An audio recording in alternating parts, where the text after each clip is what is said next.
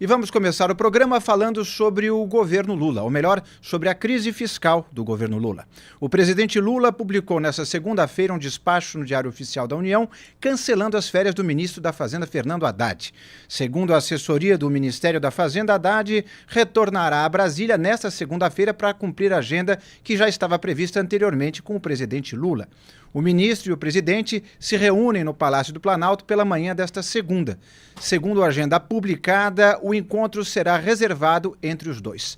Já trago o nosso querido Wilson Lima, direto de Brasília. Wilson, boa tarde. O que é que você espera dessa reunião? Boa tarde para você, Inácio. Feliz ano novo, meu caro. E aí, Muito obrigado. Aproveitou bem, rapaz? Aproveitei. Sempre bom descansar, viajar, ver novos ares, mas é sempre bom voltar aqui, estar com você e com você que também está em casa, aqui nos acompanhando na TV BMC e no nosso YouTube. Eu sei que Zé Inácio com certeza passou as férias dele ali na Europa, é um cara chique. Mas enfim, vamos falar sério, vamos falar agora de governo Lula, porque é o seguinte, porque essa reunião entre Lula e Fernando Haddad, ela já acabou, tá? Ela acabou agora há pouco aqui no Palácio do Planalto, era uma reunião que não estava prevista a priori na agenda do governo federal. E o seguinte, vamos entender essa história com calma. O Fernando Haddad, ele tinha férias previstas até o dia 21 de janeiro deste ano, mas diante de dois fatos extremamente relevantes, que são a alta do dólar ligado à falta de um orçamento para o governo em 2025, o Haddad teve que cancelar suas férias. E aí, nessa reunião, pelo que a gente já apurou no primeiro momento, foi uma reunião ali para azeitar a relação do Palácio do Planalto com o Ministério da Fazenda.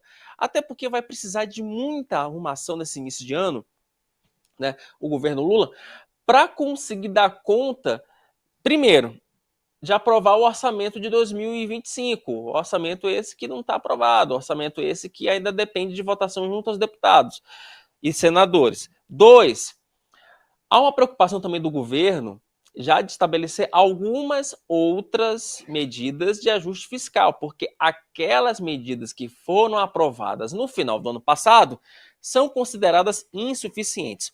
O que se fala no governo é que o pacote aprovado pela Câmara pode trazer uma economia de 50 bi em 2025 e não necessariamente de 70 bi como estava inicialmente previsto. Então, por isso que o governo agora precisa fazer uma rearrumação, um ajuste de rota para começar bem o ano. Um ano que vai ser extremamente difícil. Já destacamos isso aqui no meio-dia em Brasília na semana passada.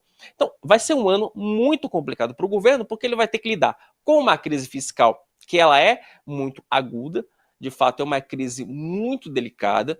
Se fala até na possibilidade de recessão a partir do segundo trimestre, e no ano em que o governo vai ter pouca margem de manobra para conseguir se reajustar, se reagrupar no Congresso. Nós falávamos isso aqui na nossa reunião de pauta especial da quinta-feira da semana passada. O governo Lula vai ter que se rebolar, vai ter que criar uma situação para conseguir adequar e encaixar peças importantes, como Arthur Lira e Rodrigo Pacheco na próxima reforma ministerial. Quando vai acontecer essa reforma, Wilson? Até agora não tem uma data.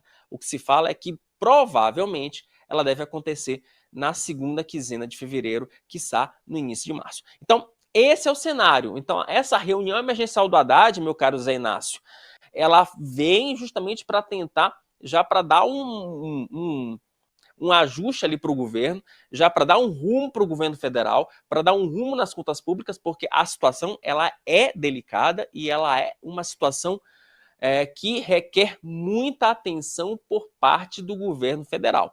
Não é uma situação fácil. Dólar nas alturas, possibilidade de aumento de juros e o governo sem margem de manobra para fazer corte de gastos. Esse é o problema e essa é a fórmula que o Haddad vai ter que lidar a partir de agora, meu caro. Ótimo, já convido também a nossa conversa o nosso querido Rodolfo Borges. Boa tarde, Rodolfo. E você, como você, Rodolfo, analisa essa situação do Lula e do Haddad já no começo do ano? Boa tarde, José Inácio Pilar. Boa tarde, Wilson Lima. Boa tarde para a nossa audiência.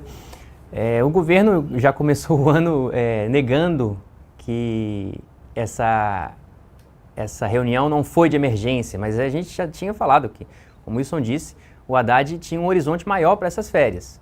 E aí chega antes da hora, porque de fato é uma situação de emergência.